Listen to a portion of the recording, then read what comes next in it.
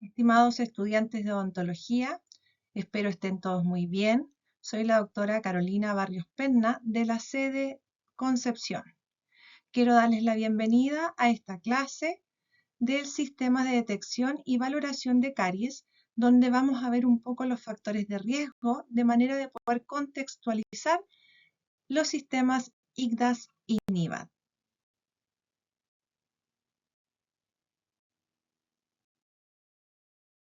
Bueno, para poder empezar, estamos en la unidad 2, determinación, detección, diagnóstico y tratamiento de lesiones de caries, y lo que nosotros esperamos es que ustedes sean capaces de manejar instrumentos de detección de lesiones de caries clínicos y radiográficos para reconocer lesiones en distintos grados de severidad y actividad según la evidencia actual. Y para ello es que comenzaremos entendiendo o recordando lo que es la detección y diagnóstico de las lesiones de caries. Entonces, cuando yo hago el examen clínico de las lesiones de caries, al detectarlas, no solamente voy a definir su ubicación, sino que además debo definir la severidad y la actividad que estas lesiones presentan, ya que van a ser fundamentales en las terapias que yo vaya a implementar para su tratamiento. Y el objetivo final de conocer todos estos aspectos nos va a permitir detectar precozmente todas las lesiones de caries o la mayor cantidad de las lesiones de caries y así permitir una mayor conservación de la estructura dentaria, que es aspecto muy importante en el día de hoy. En este momento, entonces, es muy importante preguntarnos qué sabemos hasta acá en cuanto a la enfermedad de caries y las lesiones de caries. Cuando uno hace un examen de una cavidad bucal, es importante detectar las lesiones de caries, pero para eso primero tenemos que preguntarnos qué es detectar lesiones de caries y cuál es el objetivo que busco al realizar esta detección de las lesiones de caries. Recordemos que la lesión de caries se produce debido a un desequilibrio continuado en el proceso dinámico de remineralización y desmineralización del esmalte a favor de la desmineralización. Aquí hay una palabra muy importante, es esta palabra de continuado, es decir, este desequilibrio que se produjo a favor de la desmineralización se mantiene en el tiempo, es continuado. Y esto debido a una dieta rica en azúcares que hace que el pH se mantenga ácido y genere la pérdida de minerales por parte del esmalte. Cuando la balanza se encuentra favoreciendo la desmineralización, quiere decir que en la enfermedad de caries hay una predominancia de los factores de riesgo por sobre los factores protectores. Y es ahí donde nosotros tenemos que también ir a identificar estos factores de riesgo, ir a identificar las causales de este desbalance para poder generar las situaciones que favorezcan la remineralización y esta balanza se vuelva a equilibrar. Por lo tanto, cada vez que nosotros veamos una lesión de caries en un paciente, tenemos que tener claro que este es el signo de la enfermedad, es el signo del desequilibrio que se está produciendo en este ecosistema bucal. Por lo tanto, la simple eliminación de esta lesión cariosa no va a implicar el fin de la enfermedad. Nosotros tenemos que buscar la causa que está generando este desbalance y por lo tanto el tratamiento debe ser enfocado a restablecer el equilibrio del ecosistema bucodental y no a realizar operatoria dental. De hecho, la operatoria, las restauraciones se debieran realizar en un ecosistema que ya está equilibrado. Y por eso es que nosotros hacemos la fase etiológica de tratamiento antes de hacer la fase restauradora. Muy bien, entonces hemos hecho un pequeño repaso de lo que sabemos hasta acá. Es importante que tengan muy claro lo que acabamos de comentar para que lo que viene más adelante les quede, lo puedan entender. Vamos, veamos qué viene. Vamos a hablar en sí de lo que se reconocen como los principales factores de riesgo, y para ello es que tenemos que hablar primero de qué se considera riesgo. Y riesgo en el fondo es todo aquello que pueda generar o pueda producir alguna, algo inesperado en el paciente o en una persona. Como está definido ahí, probabilidad que un desenlace particular ocurra luego de una exposición a un factor definido. Y factor de riesgo ambiental de comportamiento biológico en que se ha confirmado que su presencia aumenta directamente la probabilidad de ocurrencia de una enfermedad. Y ese es el caso de la enfermedad de caries, donde vamos a tener varios factores ambientales, varios factores de comportamiento, varios factores biológicos en que está confirmado ampliamente, científicamente, de que su presencia aumenta la probabilidad de que ocurra la enfermedad de caries. Entre ellos, y para ello también vuelvan a repasar el cuadrito que les puse de los factores protectores y los factores de riesgo. Vamos hoy a orientarnos o vamos a enfocarnos principalmente en el factor dieta, que es el que nos convoca en la clase del día de hoy, donde nosotros lo que buscamos es conocer un poco de cuál es la alimentación que está teniendo este paciente para definir en el fondo qué tipo de dieta está teniendo, si es un tipo de dieta cariogénica o no cariogénica. Y para ello es que existen distintos elementos que nos permiten conocerla, como son el registro de dieta, el registro de 24 horas, un cuestionario de frecuencia de alimentos, el cuestionario de potencial o el definir el potencial cariogénico de la dieta. ¿Ya? Existen otros factores de riesgo como son la presencia de biofilm, la saliva, que hoy también es considerado un factor de riesgo cuando está en baja proporción, ¿cierto? Es un factor de riesgo importante, de hecho es considerado uno de los factores protectores más importantes dentro de la cavidad bucal. La estructura dentaria también es un factor de riesgo, el estado sociodemográfico y la historia médica. Veamos qué viene más adelante. En cuanto a la dieta, es muy importante que los pacientes sepan que los hidratos de carbono fermentables, los azúcares, están presentes en la mayoría de los alimentos que nosotros consumimos.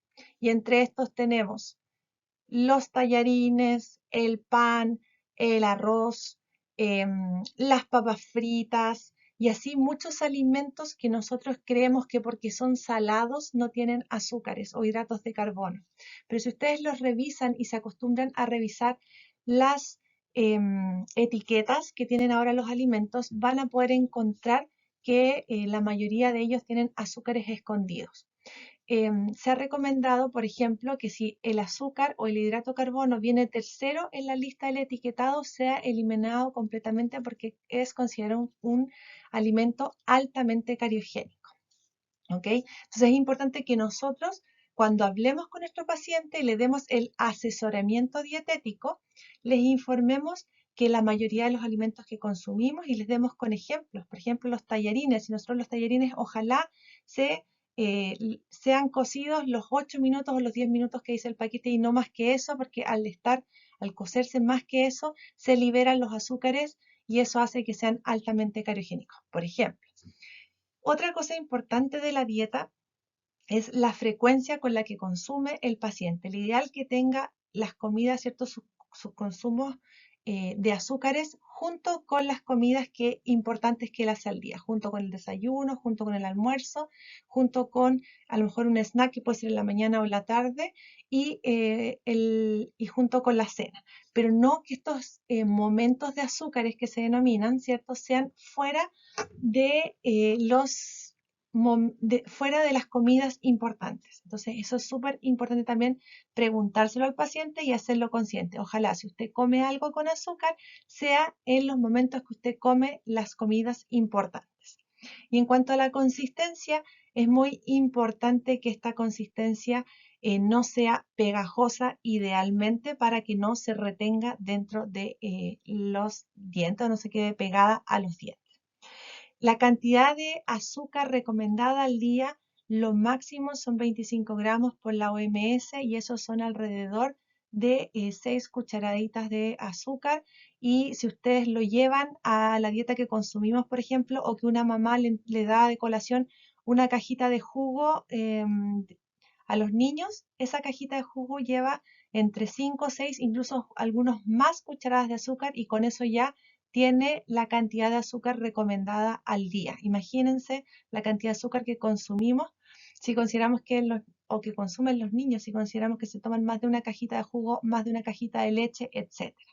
¿Ya? Y en cuanto a los edulcorantes, lo pusimos acá porque el xilitol, por ejemplo, se ha convertido en un gran aliado, no porque sea anticariogénico, que ahí hay un error, sino que porque permite o no las bacterias que fermentan los hidratos de carbono no son capaces de fermentarlos, por lo tanto no producen ácidos y ese ácido no es capaz de desmineralizar el esmalte. Así que por eso que se consideran importantes. Y dentro de la dieta es importante también considerar las recomendaciones de comida del plato de Harvard, donde se recomienda que un cuarto de este plato sea de cereal, un cuarto de proteínas y la mitad de verduras y frutas. Eso sería el ideal de que nosotros recomendáramos a nuestros pacientes. Aquí, por ejemplo, tenemos un cuestionario de frecuencia de alimentos que nosotros les vamos preguntando a los pacientes cuántas veces al día o al mes, acá dice por mes, por semana, por día, consumen este alimento que está anotado en la primera columna y así nos vamos dando una idea de qué es lo que va o cuántas veces al día consume estos tipos de alimentos.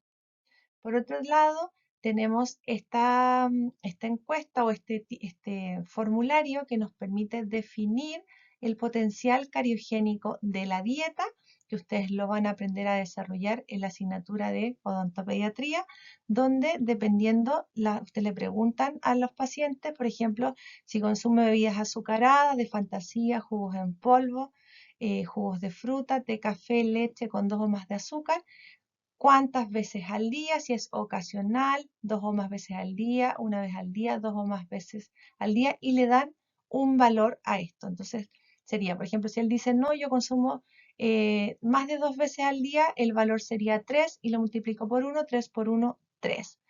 ¿Cuántas veces al día? Acá el consumo por frecuencia y luego así voy sacando si lo consume con las comidas o entre las comidas, acá va el resultado, ¿cierto? De lo que yo multiplique acá y luego acá si lo consume, la ocasión, si lo consume con las comidas o entre las comidas, va a tener un valor. Acá si es entre la comida va a tener un valor 5 y este 5 lo voy a calcular y finalmente me va a dar el valor potencial cariogénico de la alimentación de la dieta y eso me lo va a clasificar en alto, mediano o bajo riesgo cariogénico. Y también tenemos esta hojita de registro de dieta que se la damos al paciente para que se la lleve para su casa y él pueda ir anotando todo lo que consume cada uno de los días en cada uno de estos momentos, ¿ya? Respondiendo también a las preguntas que están más abajo. Y dentro de lo que es el factor dieta, vamos también a recomendar o vamos a esperar que el paciente consuma a lo más 5 momentos de azúcares al día, ojalá con las comidas, para que así su potencial cariogénico o el potencial cariogénico de esta dieta sea el menor posible.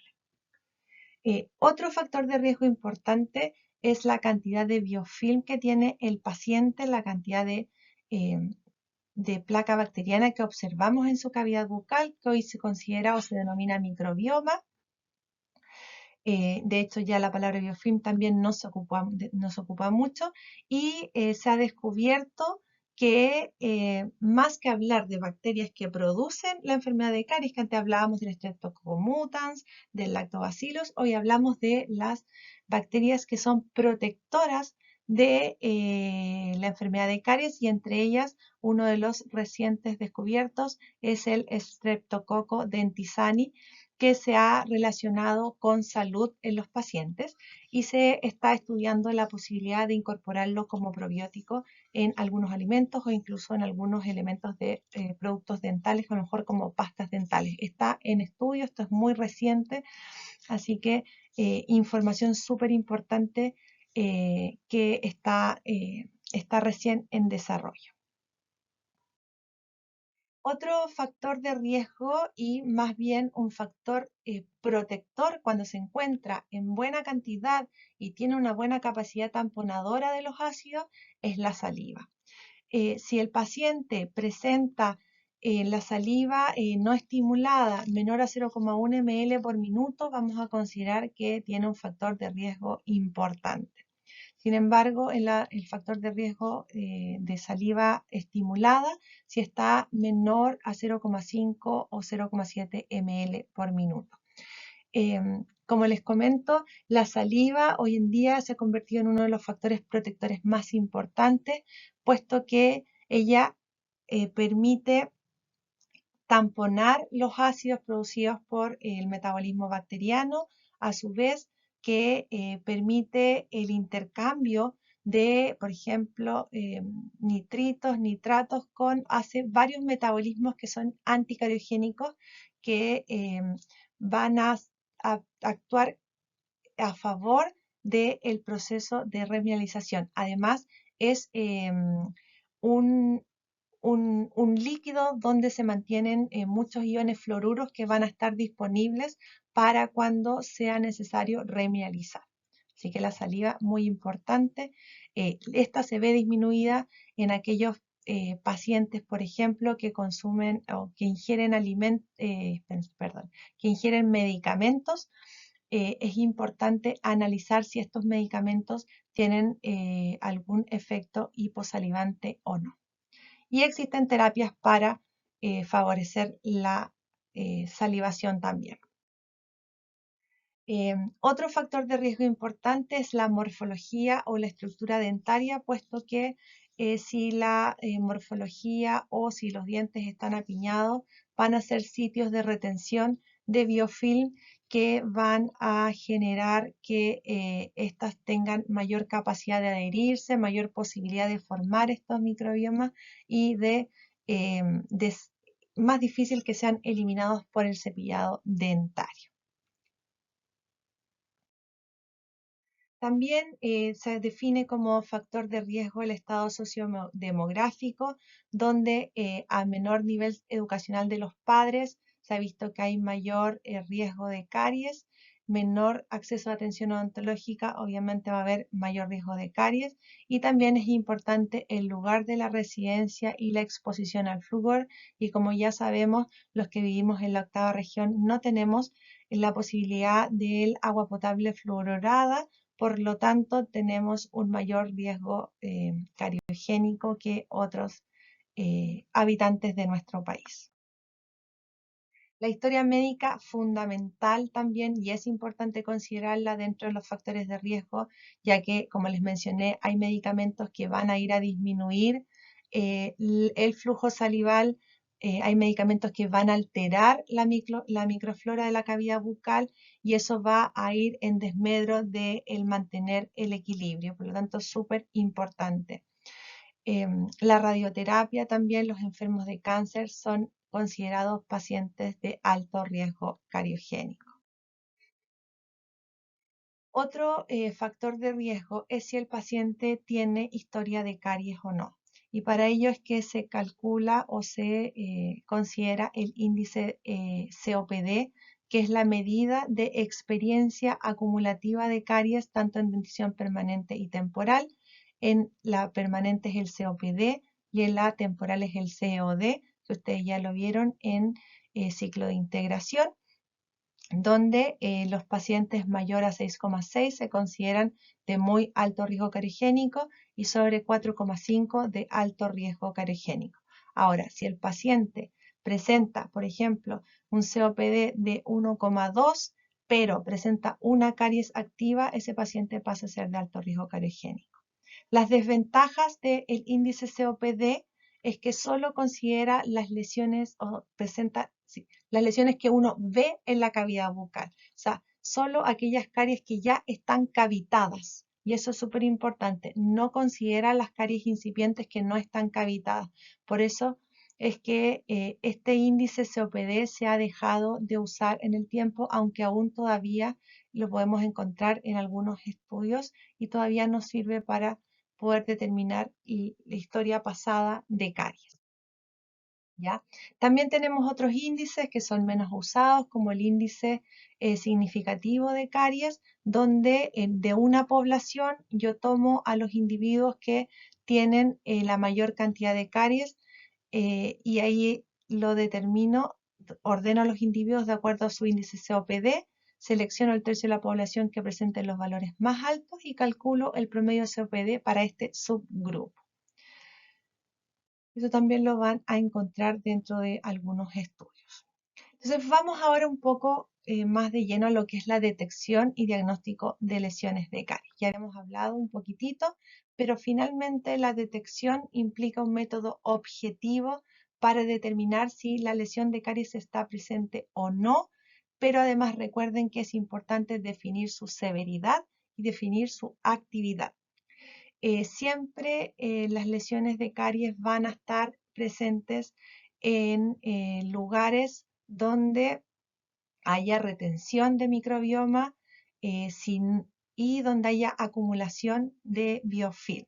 En caso de que no exista biofilm, porque justo ese día, por ejemplo, el paciente se limpió muy bien los dientes, pueden existir signos de gingivitis. Por ejemplo, este paciente, vamos a ir a buscar lesiones de caries cervicales, seguro va a tener. Y en el caso que él se haya cepillado muy bien los dientes este día, yo voy a ir a observar las zonas con gingivitis para ver si me va a dar indicios de que por ahí podrían haber lesiones de caries. Para yo poder hacer el examen, la superficie del diente tiene que estar limpia, seca e iluminada. Ojo que no reseca, solo seca, ¿ya? Y el diagnóstico va a implicar la detección y la valoración. Y en la valoración es lo que se definía, lo que les comenté al comienzo, de la severidad, donde vamos a decir si es inicial, moderada o severa, y la actividad si está activa o inactiva. Y además a esto deberíamos agregarle la evaluación o valoración de riesgo del individuo. Con esto hacemos el diagnóstico de lesiones de caries. Nosotros lo que se recomienda hoy en día con la Caries Care Practice Guide es primero determinar el nivel de riesgo del paciente, luego detectar las lesiones de caries, luego decidir qué es lo que vamos a hacer con este paciente en este momento, porque recuerden que todo esto va variando en el tiempo, y luego realizar los cuidados preventivos de preservación de estructura dental que se requiera. Estos son los 4 pasos en el quehacer de un odontólogo. El consenso actual y que también no tenemos que olvidarnos es volver a poner la cavidad bucal en el cuerpo y enlazar la salud bucal para la salud general. Porque recuerden que muchos de los factores de riesgo de caries son también factores de riesgo de otras enfermedades como diabetes, como hipertensión, como obesidad, ¿ya? El paciente en su momento específico. En cuanto a los métodos para realizar examen visual táctil, se ha definido o detección y evaluación de lesiones de caries, apareció el sistema IGDAS que vino un poco a reemplazar el COPD, ya que en el 2004 existían 29 métodos distintos de detección visual de caries y esto hacía que no existiera una estandarización al momento de, por ejemplo, realizar estudios y eso hacía difícil poder comparar los estudios. Y nace este sistema IGDAS, que es el Sistema Internacional para la Detección y Evaluación de Caries, que busca sistematizar el diagnóstico de caries realizando una detección en fases lo más tempranas posible. Lo que hace este sistema es que considera las lesiones desde que no están cavitadas, aspecto que no considera el COPD. ¿Cuál es el protocolo para realizar el IGDAS? Primero, debo disponer de un lugar, ¿cierto?, con buena iluminación y debo disponer de una sonda OMS. que es una sonda con extremo redondeado. El paciente debe retirarse de su boca todos los elementos que pueda tener, una prótesis, una plaquita. Ahora si tiene brackets, obviamente no lo voy a poder pedir que se las saque. Vamos a realizar una profilaxis o un destartraje previo a este paciente. Esto también es importante, es decir, yo no puedo hacer en mi paciente un diagnóstico sobre una cavidad bucal que no tiene las superficies dentarias limpias. Y esto es muy importante. Esto quiere decir que yo no puedo hacer un presupuesto a mi paciente en la primera sesión. Yo en la primera sesión debo solicitarle exámenes complementarios si es necesario y debo realizarle una profilaxis o un destartraje si es necesario. Y en la siguiente sesión yo recién debería realizarle el examen para detectar las lesiones de caries. Entonces hacemos las limpiezas, ¿cierto? Para remover todo lo que pueda y imposibilitarnos la buena visibilidad de las superficies dentarias. Ocupamos tórulas de algodón para poder visualizar mejor cuando sea necesario. Aplicamos aire para remover el exceso de saliva y esto es importante que es para el exceso de saliva, o sea, no es para resecar las superficies dentarias, ¿ya? Yo algunos los he visto cuando ponen la jeringa triple y están como 20 segundos secando el diente, no es eso, tiene que ser solo para sacar los excesos de saliva que ustedes observen, porque el primer examen del IGDAS tiene que ser con diente húmedo, ¿ya? No diente sumergido, por eso es que se dice remover el exceso de saliva. Y examinamos visualmente la superficie húmeda. Iniciamos el examen desde el cuadrante superior derecho, ¿cierto? Del 1 o del 5 si es niño, y luego seguimos en sentido horario. Luego vamos a secar con jeringa triple por 5 segundos, no más que eso, para hacer la segunda parte o segundo examen, que es con la superficie en seco. También es solo 5 segundos, no más que eso. Y vamos a utilizar la sonda. En el primer examen con la superficie húmeda no se utiliza sonda. En la primera utilizamos la sonda para inspeccionar suavemente en aquellas superficies donde nosotros vemos que ya está la cavidad. No debemos utilizar la sonda en aquellas superficies donde no hay cavidad porque podemos cavitar una superficie no cavitada. Esto es muy, muy importante. Debemos conocer, ¿cierto?, los límites de las superficies dentarias, ocupar un explorador, como dijimos la OMS, de extremo redondeado, puesto que si nosotros ocupamos una sonda normal, miren lo que hace, esta es una microfotografía, ¿cierto?, al ocupar una sonda normal examinando los surcos y fisuras de un molar. Miren cómo deja ese pobre esmalte. Entonces, por eso es que no se recomienda pasar la sonda para examinar las superficies dentarias, a no ser que yo ya sospeche que hay una cavidad y ya necesite hacer un examen un poco más profundo. Importante, por favor, no quiero verlos pasar la sonda a destajo por encima de las superficies dentarias porque pueden cavitar algo que no está cavitado. Por ejemplo, si yo pasara la sonda acá, seguro que voy a agrandar esta superficie porque los extremos de esta microfosa que hay acá están desmineralizados, pero tienen capacidad de remineralizarse todavía. Entonces, si yo paso la sonda acá, la voy a agrandar, voy a hacer que esta cavidad sea mucho más grande y ya en vez de necesitar solo un sellante terapéutico, por ejemplo, va a tener que necesitar una obturación. Entonces, estoy yo mismo haciendo una herida más grande en mi paciente y eso es iatrogenia, malpraxis, es malpraxis, ¿cierto? Y puede ser y iatrogenia finalmente. Así que ojo con eso. ¿Cuánta presión ocupamos con la sonda dental? No demasiada, se define como una presión suave, aquella que cuando yo me presiono la uña del dedo pulgar se pone blanca. Esa es la presión y con eso ustedes se pueden estandarizar. Se ha visto que aquellos colegas que aplican mayor fuerza, en en el examen dentario no tienen mejor resultado de, el examen, ¿ya? Así que es una presión suave, es decir, una fuerza capaz de blanquear una uña sin causar dolor o daño. Eso también para que lo tengan presente, ¿ya? Muchos de ustedes también, o sea, además de aplicar la sonda y pasarla por toda la superficie del diente, la aplican con mucha fuerza. Así que tengan mucho cuidado con eso. En IGDAS, el primer código de registro o el primer dígito de este registro va a corresponder a un código de restauración y sellante, y el segundo registro, el segundo dígito va a corresponder a el código de caries de esmalte y dentina, y vamos a ocupar algunos de ellos, vamos a verlos acá, que van principalmente de 0 a 4, son los que más ocupamos nosotros, ¿cierto? Porque, y bueno, y también están del 5 a 8 y ya 9 que también está implantes y otras estructuras, que ustedes las pueden revisar en el manual de IGDAS, ¿ya?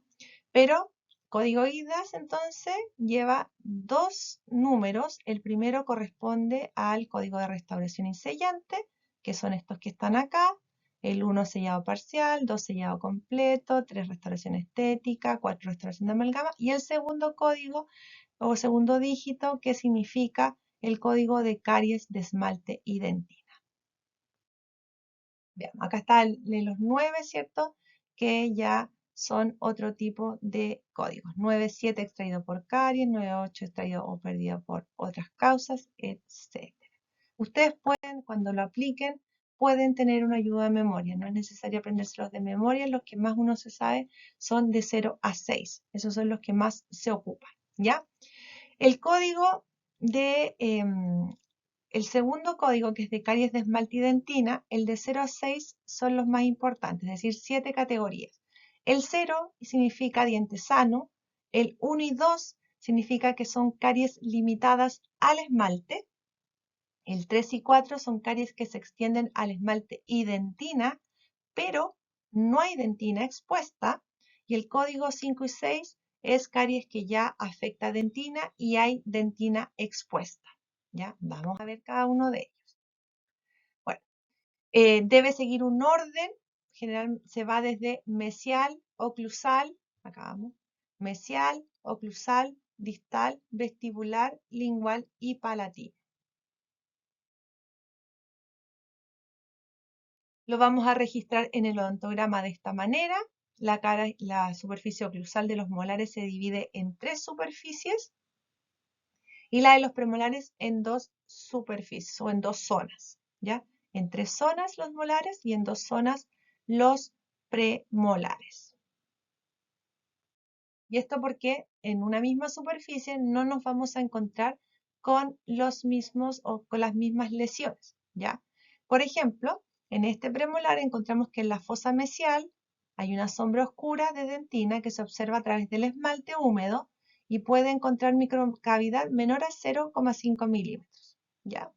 Y eso sería 0 porque no hay ninguna restauración y 4 por el código de caries, que es la sombra debajo del esmalte, ya sombra oscura en dentina.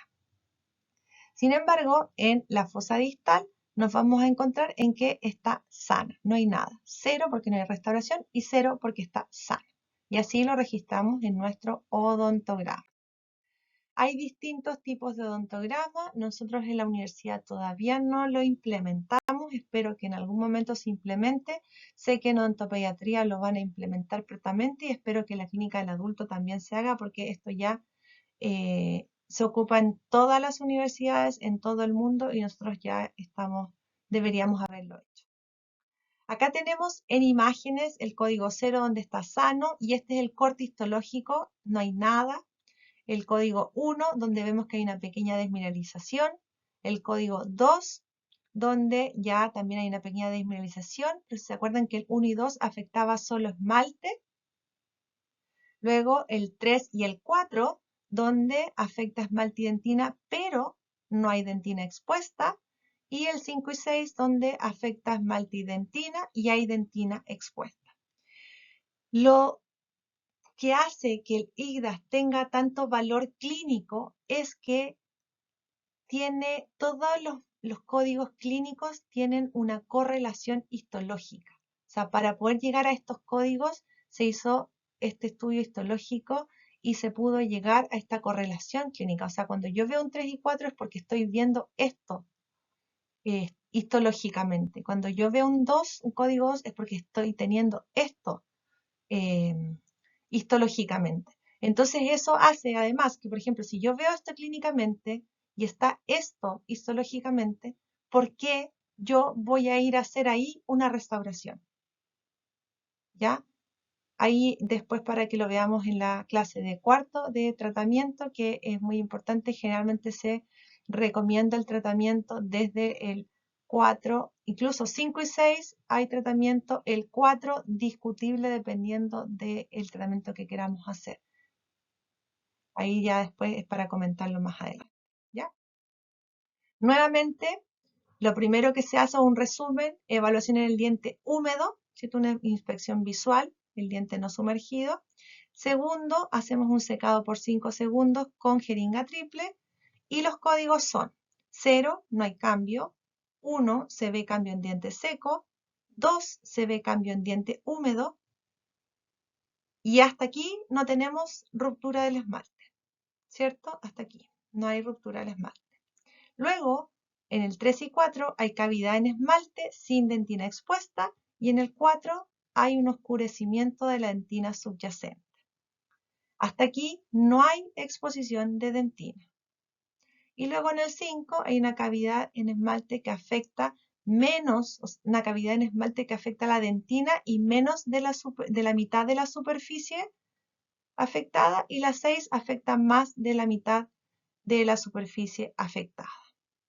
Esos son los distintos códigos IGDA que no son tan complicados aprendérselos. Acá tenemos los ceros sanos, el 1, el 2, ¿cierto? El 3. Recuerden que hasta aquí no hay ruptura del esmalte, hasta aquí no hay dentina expuesta. El 4 es porque hay una sombra debajo, una sombra en dentina.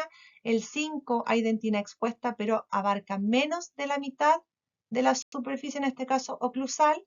Y como aquí abarca más de la mitad de la superficie oclusal y hay dentina expuesta, es código 6. ¿Ok? Y acá les puse un pequeño resumen porque estos códigos IGDAS se llevaron hoy a lo que es el diagnóstico simplificado. Y aquí se los puse. ¿Por qué? Porque finalmente el código 1 y 2 va a tener la misma terapéutica que ambos van a tener la misma terapéutica, el 3 y 4 igual y el 5 y 6 también. Y se van a clasificar como lesiones iniciales no cavitadas, lesiones moderadas y lesiones severas o extensas. Y este es el diagnóstico al cual nosotros debiéramos llegar. No, en cuarto me parece que todavía no lo están aplicando. Esperemos que lo empiecen a aplicar prontamente también. Acá les puse un resumen del árbol diagnóstico para caries de esmalte y dentina, de acuerdo a los distintos códigos, para aquellos que les gusta más los árboles de decisiones. Y por otro lado, tenemos los criterios de NIVA, que los agrupa, ¿cierto?, de 0 a 6, y ella diferencia las lesiones de caries activas e inactivas con una combinación de acuerdo a los criterios visuales y táctiles, y va a distinguir 3 niveles de gravedad dependiendo de la profundidad de las lesiones: superficie intacta, discontinuidad superficial en el esmalte y cavidad evidente en la dentina. Igual, si ustedes se fijan, es muy parecido a, tienen una similitud con los criterios utilizados en el ICAS, pero esto más bien aplica la actividad de las lesiones de caries, ¿ya? Esto más que nada para que lo conozcan, porque la verdad es que nosotros no lo ocupamos, ¿ya? Pero son muy buenos. Ahora, la ventaja del método ANIVA es que es más descriptivo, te describe qué tiene la lesión, a diferencia del IGDAS, que es más prescriptivo, es decir, te permite concluir de mejor manera un tratamiento adecuado. Y por eso es que se ha preferido un poco más el IGDAS, porque te permite decir, este entonces es el tratamiento adecuado para este tipo de lesión. Y al ocupar el sistema NIVAD se ha visto que presenta una mayor especificidad y exactitud en comparación con métodos como la radiografía interproximal. O sea, si nosotros conociéramos bien el sistema NIVAD y lo aplicáramos bien, podríamos incluso prescindir de la radiografía interproximal. Conclusiones. La detección de las lesiones de caries no requiere ningún elemento sofisticado. Ocupamos el método visual táctil. Primero la inspección visual, luego aplicamos la inspección táctil en aquellas lesiones que solo lo requieren para no cavitar lesiones, para no agrandar lesiones que están desmineralizadas. La clasificación clínica de la gravedad o severidad de la caries requiere entrenamiento. Hay que ir practicándolo.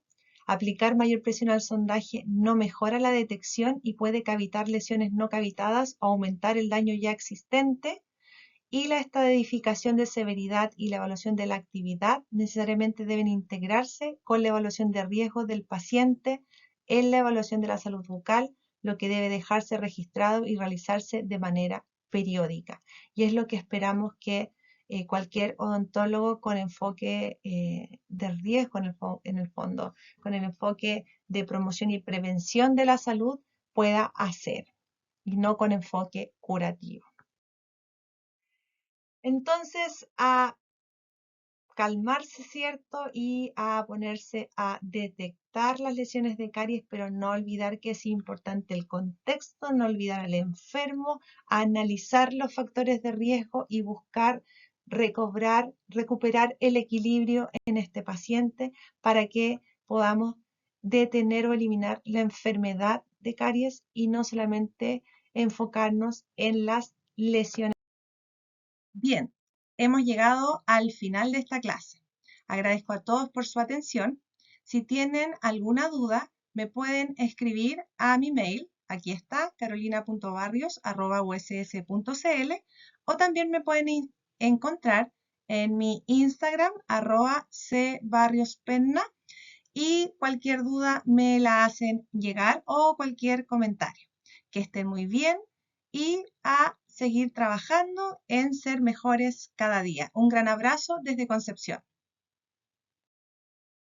Aquí también les dejo la bibliografía para que ustedes puedan revisar alguno de estos papers. Si es que quieren profundizar, están aquí las referencias para que puedan buscarlos.